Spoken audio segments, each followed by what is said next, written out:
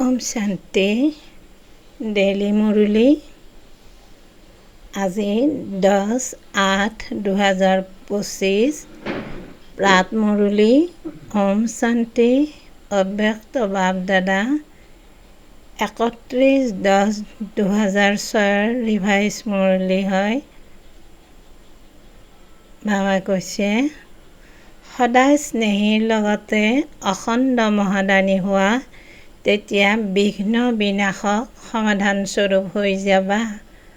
সদায় স্নেহীৰ লগতে অখণ্ড মহাদানী হোৱা, তেতিয়া বিঘ্ন বিনাশক সমাধানস্বৰূপ হৈ যাবা। আজি প্ৰেমৰ সাগৰে নিজৰ পৰমাত্মা প্ৰেমৰ পাত্ৰ সন্তানসকলৰ সৈতে মিলন উদযাপন কৰিবলৈ আহিছে হওক।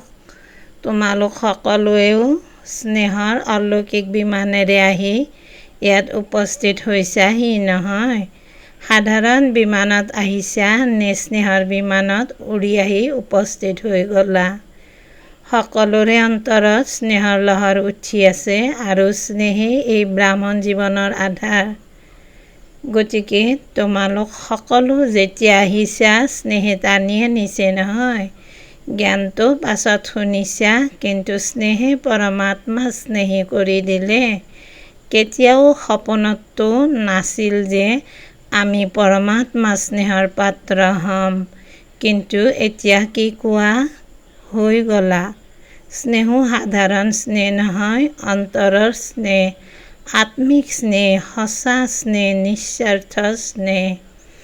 এই পৰমাত্মা স্নেহে বহুত সহজ স্মৃতিৰ অনুভৱ কৰায়।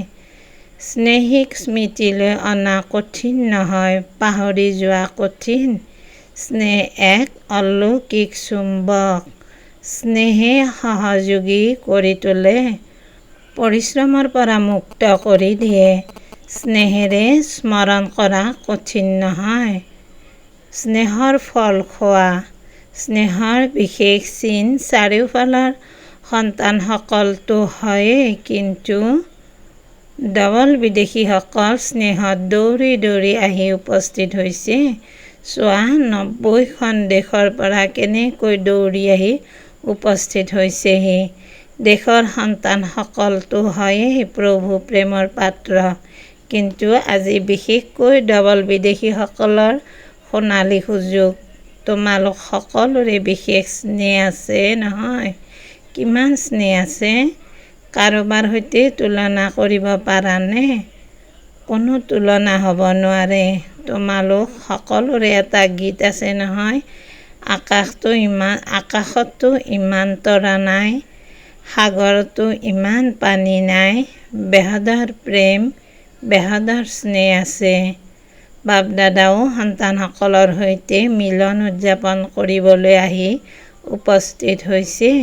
তোমালোক সকলো সন্তানে স্নেহেৰে স্মৰণ কৰিলা আৰু বাপ দাদা তোমালোকৰ প্ৰেমত আহি উপস্থিত হ'ল।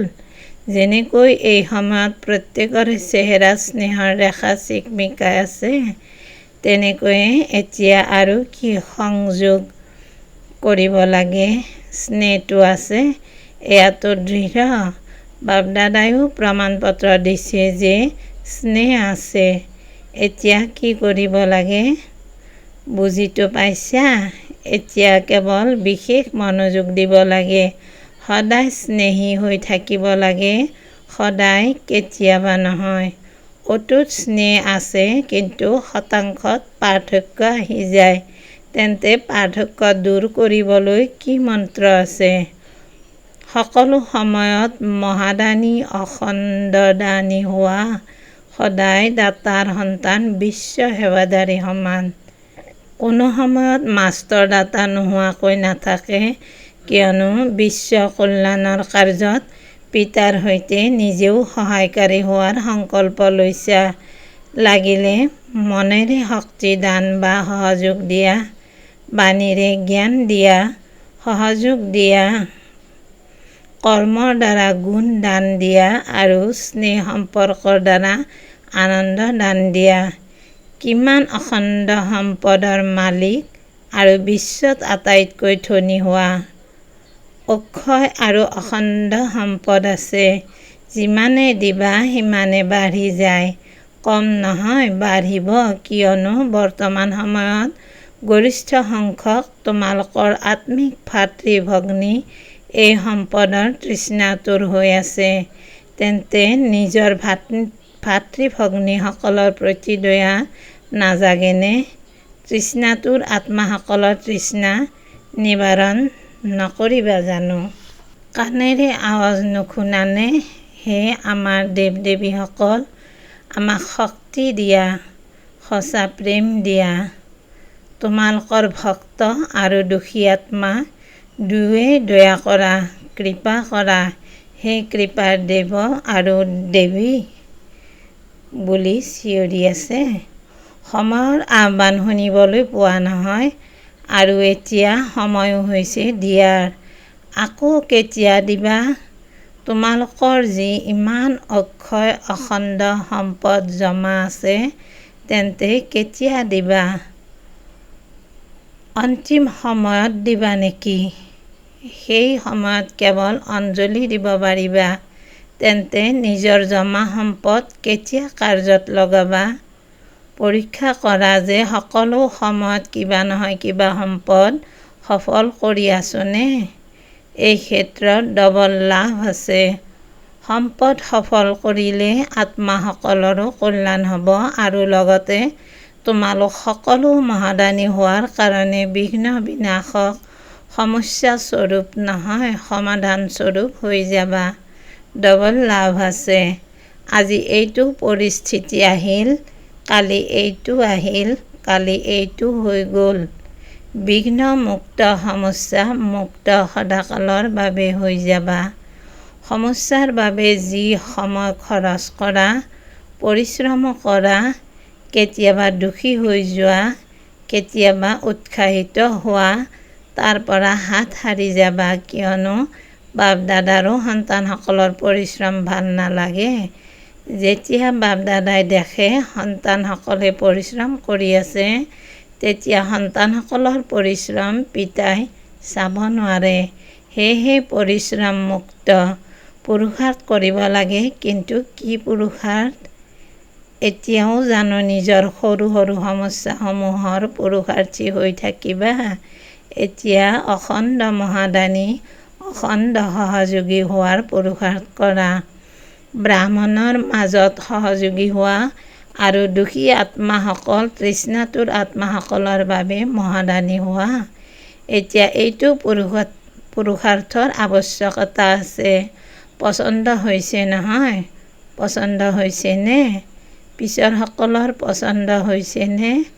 তেন্তে এতিয়া কিছু পৰিৱৰ্তনো কৰিব লাগে নহয়। সেই নিজৰ প্ৰতি পুৰুষাৰ্থ বহুত সময় কৰিলা। কেনেকুৱা পাণ্ডৱ? পচন্দ হৈছেনে? তেন্তে কাইলৈৰ পৰা কি কৰিবা? কাইলৈৰ পৰাই আৰম্ভ কৰিবা নে এতিয়াৰ পৰা? এতিয়াৰ পৰা সংকল্প কৰা, মোৰ সময় সংকল্প বিশ্ব সেৱাৰ প্ৰতি। ইয়াত নিজৰ পুৰুষাৰ্থ স্বতঃ হৈয়ে যাব, ৰৈ নাথাকে, বাঢ়িব। কিয়? যেতিয়া তোমালোকে কাৰোবাৰ আশা পূৰ্ণ কৰিবা, দুখৰ সলনি সুখ দিবা, নিৰ্বল আত্মাক শক্তি দিবা, গুণ দিবা, তেতিয়া তেওঁলোকে কিমান আশীৰ্বাদ দিব। আৰু সকলোৰে পৰা আশীৰ্বাদ লোৱা, এয়াই আগবাঢ়ি যোৱাৰ সকলোতকৈ সহজ সাধন। ভাষণ দিব নোৱাৰিলেও, অনুষ্ঠান বেছিকৈ পাতিব নোৱাৰিলেও কোনো কথা নাই। কৰিব পাৰা যদি আৰু কৰা, কিন্তু কৰিব যদি নোৱাৰাও তেন্তে কোনো আপত্তি নাই। সম্পদসমূহ সফল কৰা। শুনালো নহয় যে মনেৰে শক্তিসমূহৰ সম্পদ দি যোৱা, বাণীৰে জ্ঞানৰূপী সম্পদ, কৰ্মৰে গুণৰূপী সম্পদ আৰু বুদ্ধিৰে সময়ৰ সম্পদ, সম্বন্ধ সম্পৰ্কৰে আনন্দৰ সম্পদ সফল কৰা। সফল কৰিলে সহজে সফলতামূৰ্ত হৈ যাবা, সহজে উৰি থাকিবা। কিয়নো আশীৰ্বাদে এক প্ৰকাৰৰ লিফ্টৰ কাম কৰে, চিৰিৰ নহয়। সমস্যা আহিল, দূৰ কৰিলা, কেতিয়াবা 2 দিন লগালা, কেতিয়াবা 2 ঘণ্টা লগালা। এয়া হৈছে চিৰি। সফল কৰা, সফলতা মূৰ্ত হোৱা। তেতিয়া আশীৰ্বাদৰ লিফ্টেৰে য'ত বিচৰা ত'ত 1 ছেকেণ্ডত উপস্থিত হৈ যাবা। সূক্ষ্ম লোকলৈ যোৱা বা পৰমধামলৈ যোৱা, নতুবা নিজৰ ৰাজ্যলৈ যোৱা ছেকেণ্ডত। লণ্ডনত 1 মিনিট শীৰ্ষক অনুষ্ঠান পাতিছিলা নহয়? বাপ-দাদাইতো কয় 1 ছেকেণ্ড। 1 ছেকেণ্ডত আশীৰ্বাদৰ লিফ্টত আৰোহণ কৰা। কেৱল স্মৃতিৰ বুটাম টিপা, বছ পৰিশ্ৰম মুক্ত। আজি ডবল বিদেশীসকলৰ দিন হয় নহয়, সেয়েহে বাপ-দাদাই প্ৰথমে ডবল বিদেশীসকলক কোনটো ৰূপ চাব খোজে? পৰিশ্ৰম মুক্ত, সফলতা মূৰ্ত আশীৰ্বাদৰ পাত্ৰ হবা নহয়। কিয়নো ডবল বিদেশীসকলৰ পিতাৰ প্ৰতি বহুত স্নেহ আছে। শক্তি লাগে, কিন্তু স্নেহ ভাল। চমৎকাৰটো কৰিলা নহয়।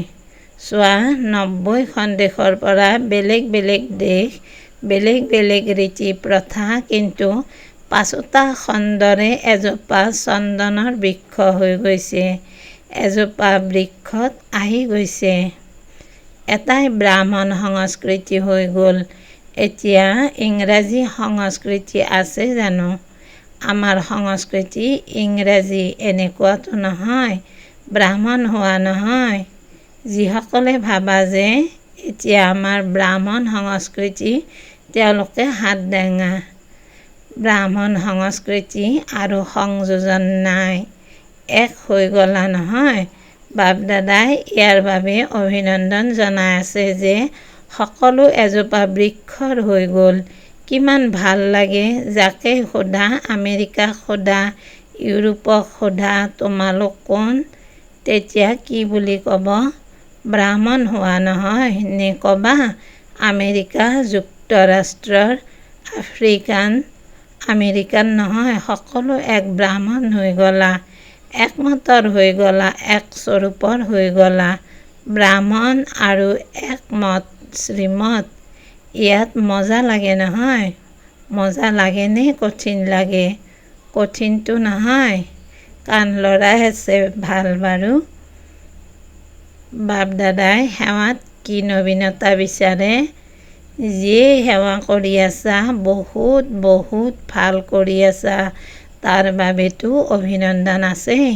কিন্তু আগলৈ কি সংযোজন কৰিবা? তোমালোকৰ মনত আছে নহয় কিবা নবীনতা লাগে। গতিকে বাপ-দাদাই দেখিলে যি অনুষ্ঠান কৰিছে, সময়ো দিছে আৰু প্ৰেমেৰে কৰিছে, পৰিশ্ৰমো প্ৰেমেৰে কৰিছে, আৰু যদি স্থূল ধনো খটুৱাইছে, তেন্তে সেয়াতো পদম গুণ হৈ তোমালোকৰ পৰমাত্মা বেংকত জমা হৈ গ'ল। সেয়া জানো খটুৱালা? জমা কৰিছা। ফলাফলত দেখা গ'ল যে বাৰ্তা দিয়াৰ কাৰ্য, পৰিচয় দিয়াৰ কাৰ্য সকলোৱে বৰ ভালকৈ কৰিছা। লাগিলে য'তেই কৰিলা। এতিয়া দিল্লীত হৈ আছে, লণ্ডনত হ'ল, আৰু ডবল বিদেশী যিসকলে সময়ৰ আহ্বান বা মনৰ শান্তিৰ অনুষ্ঠান পাতে, সেই সকলো অনুষ্ঠান বাপ-দাদাৰ বহুত ভাল লাগে। আৰু যি কাম কৰিব পাৰা কৰি থাকা। বাৰ্তাটো পাই স্নেহীও হয়, সহযোগীও হয়, সম্বন্ধতো কোনো আহি যায়। কিন্তু এতিয়া সংযোজন লাগে যেতিয়াই কোনো ডাঙৰ অনুষ্ঠান পাতা, তাত বাৰ্তাটো পাই কিন্তু কিবা অনুভৱ কৰি যাওক। সেই অনুভৱে বহুত সোনকালে আগবঢ়াই দিয়ে। যেনেকৈ এই সময়ৰ আহ্বান বা মনৰ শান্তিৰ অনুষ্ঠানত অনুভৱ অলপ বেছিকৈ কৰে। কিন্তু যিবোৰ ডাঙৰ অনুষ্ঠান হয়, তাত বাৰ্তাটো ভালকৈ পাই যায়। কিন্তু যিসকল আহে, ধাৰাবাহিকতা ৰক্ষা কৰি তেওঁলোকক কিবা অনুভৱ কৰোৱাৰ লক্ষ্য ৰাখা। কিবা নহয় কিবা অনুভৱ কৰক, কিয়নো অনুভৱ কেতিয়াও নাপাহৰে। আৰু অনুভৱ এনেকুৱা বস্তু যে নিবিচৰা সত্ত্বেও সেইফালে আকৰ্ষণ কৰিব। সেয়েহে বাপ দাদাই সুধিছে, প্ৰথমে যিসকল ব্ৰাহ্মণ আছে তেওঁলোক নিজে জ্ঞানৰ মূল কথাবোৰৰ অনুভৱী হৈছানে? প্ৰতিটো শক্তিৰ অনুভৱ কৰিছানে? প্ৰতিটো গুণৰ অনুভৱ কৰিছানে? আত্মিক স্থিতিৰ অনুভৱ কৰিছানে? পৰমাত্মা প্ৰেমৰ অনুভৱ কৰিছানে? জ্ঞান বুজোৱা ইয়াতো উত্তীৰ্ণ হৈছা, জ্ঞানৱানতো হৈ গ'লা। এই ক্ষেত্ৰতো বাপদাদায়েও মন্তব্য দিয়ে যে ঠিক আছে, আত্মা কি, পৰমাত্মা কি, ড্ৰামা কি জ্ঞানটো বুজি পালা, কিন্তু যেতিয়াই বিচৰা, যিমান সময় বিচৰা, যি পৰিস্থিতিতে আছা সেই পৰিস্থিতিত আত্মিক বলৰ অনুভৱ হওক, পৰমাত্মা শক্তিৰ অনুভৱ হওক, সেয়া হয়নে? যি সময়ত যিমান সময় যেনেকুৱা অনুভৱ কৰিব বিচৰা তেনেকুৱা হয়নে? নে কেতিয়াবা কেনেকুৱা, কেতিয়াবা আন কেনেকুৱা? ভাবা মই আত্মা আৰু আকৌ বাৰে বাৰে দেহবোধ আহি যায়, তেন্তে অনুভৱ কি কামত আহিল? অনুভৱী মূৰ্ত, প্ৰতিটো বিষয়ৰ অনুভৱী মূৰ্ত, প্ৰতিটো শক্তিৰ অনুভৱী মূৰ্ত। গতিকে নিজৰ অনুভৱ বঢ়োৱা। অনুভৱ আছে, এনেকুৱা নহয় যে নাই, কিন্তু কেতিয়াবা কেতিয়াবা। কিন্তু বাপদাদাই কেতিয়াবা কেতিয়াবা হোৱাটো নিবিচাৰে। কিবা হৈ যায় তেতিয়া কেতিয়াবা হৈ যায়, কিয়নো তোমালোক সকলোৰে লক্ষ্য হৈছে, কি হোৱাৰ লক্ষ্য বুলি সুধিলে তেতিয়া কয়, পিতাৰ সমান হোৱাৰ। এটাই উত্তৰ সকলোৱে দিয়া, তেন্তে পিতাৰ সমান। এতিয়া পিতাতো কেতিয়াবা আৰু কিবা নাছিল নহয়। পিতা ব্ৰহ্মা সদায় ৰাজযুক্ত, যুক্তিযুক্ত, প্ৰতিটো শক্তিতে সদায়, কেতিয়াবা কেতিয়াবা নহয়। যি অনুভৱ হয় সেয়া সদাকালৰ বাবে চলে, সেয়া অলপ সময়ৰ বাবে নহয়। সেয়েহে স্বয়ং অনুভৱী মূৰ্ত হৈ প্ৰতিটো কথাত, প্ৰতিটো বিষয়ত অনুভৱী, জ্ঞানস্বৰূপত অনুভৱী, যোগযুক্ত হোৱাত অনুভৱী, ধাৰণাস্বৰূপত অনুভৱী, সৰ্বতোমুখী সেৱা, মন, বাণী, সম্বন্ধ, সম্পৰ্ক সকলোতে অনুভৱী। তেতিয়া সন্মান সহকাৰে উত্তীৰ্ণ বুলি কোৱা হ'ব। তেন্তে কি হ'ব খোজা? উত্তীৰ্ণ হ'ব খোজা নে সন্মান সহকাৰে উত্তীৰ্ণ হ'ব খোজা? উত্তীৰ্ণ হওঁতাসকলেতো পাছতো আহিব। তোমালোকতো অতি পলমৰ হোৱাৰ আগতে আহি গ'লা। এতিয়া নতুনো আহিছে, কিন্তু অতি পলমৰ হোৱাৰ ফলত লগা নাই। পলমৰ লাগিছে, অতি পলমৰ হোৱাৰ লগা নাই। সেয়েহে কোনোবা যদি নতুনো আছে, কিন্তু এতিয়াও তীব্ৰ পুৰুষাৰ্থ কৰা, পুৰুষাৰ্থ নহয় তীব্ৰ, তেন্তে আগত যাব পাৰে, কিয়নো নম্বৰ ঘোষণা কৰা হোৱা নাই। কেৱল 2টা নম্বৰ ওলাইছে, পিতা আৰু মা। এতিয়া যিকোনো ভাতৃ-ভগ্নীৰ 3য় নম্বৰ ওলোৱা নাই।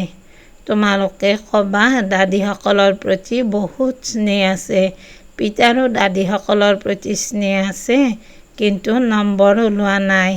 সেয়েহে তোমালোক অতিকৈ মৰমৰ, ভাগ্যৱান হোৱা। যিমান উৰিব খোজা উৰা, কিয়নো চোৱা, যিসকল সৰু ল'ৰা-ছোৱালী থাকে তেওঁলোকক পিতাই নিজৰ আঙুলি দি চলায়, অতিৰিক্ত স্নেহ দিয়ে, আৰু ডাঙৰসকলক আঙুলিৰে নচলায়, তেওঁলোক নিজৰ ভৰিৰে চলে। তেন্তে নতুনসকলেও খাটি পুৰাব পাৰে। সোণালী সুযোগ আছে, কিন্তু অতি সোনকালে অতি পলম ফলক লাগিব। সেয়েহে আগতে কৰি লোৱা। নতুন যিসকল প্ৰথমবাৰ আহিছে তেওঁলোকে হাত দাঙা। বাৰু অভিনন্দন।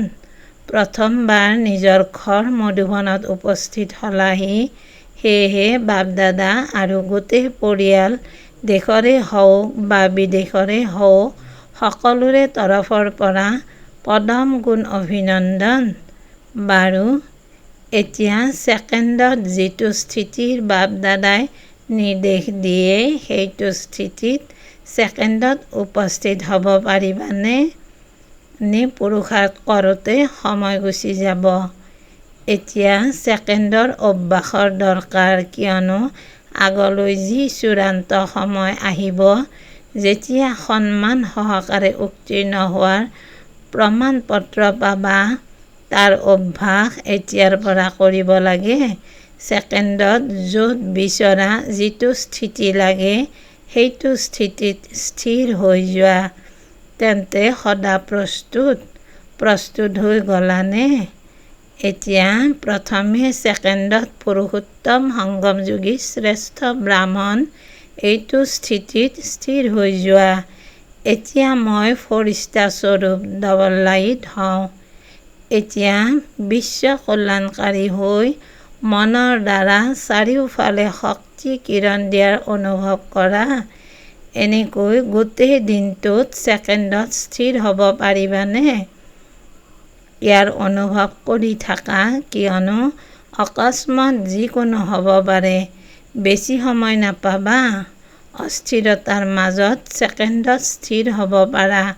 ইয়াৰ অভ্যাস নিজে নিজৰ সময় উলিয়াই মাজে মাজে কৰি থাকা। ইয়াৰ দ্বাৰা মনৰ নিয়ন্ত্ৰণ সহজ হৈ যাব। নিয়ন্ত্ৰণ শক্তি, শাসন শক্তি বৃদ্ধি হৈ গৈ থাকিব।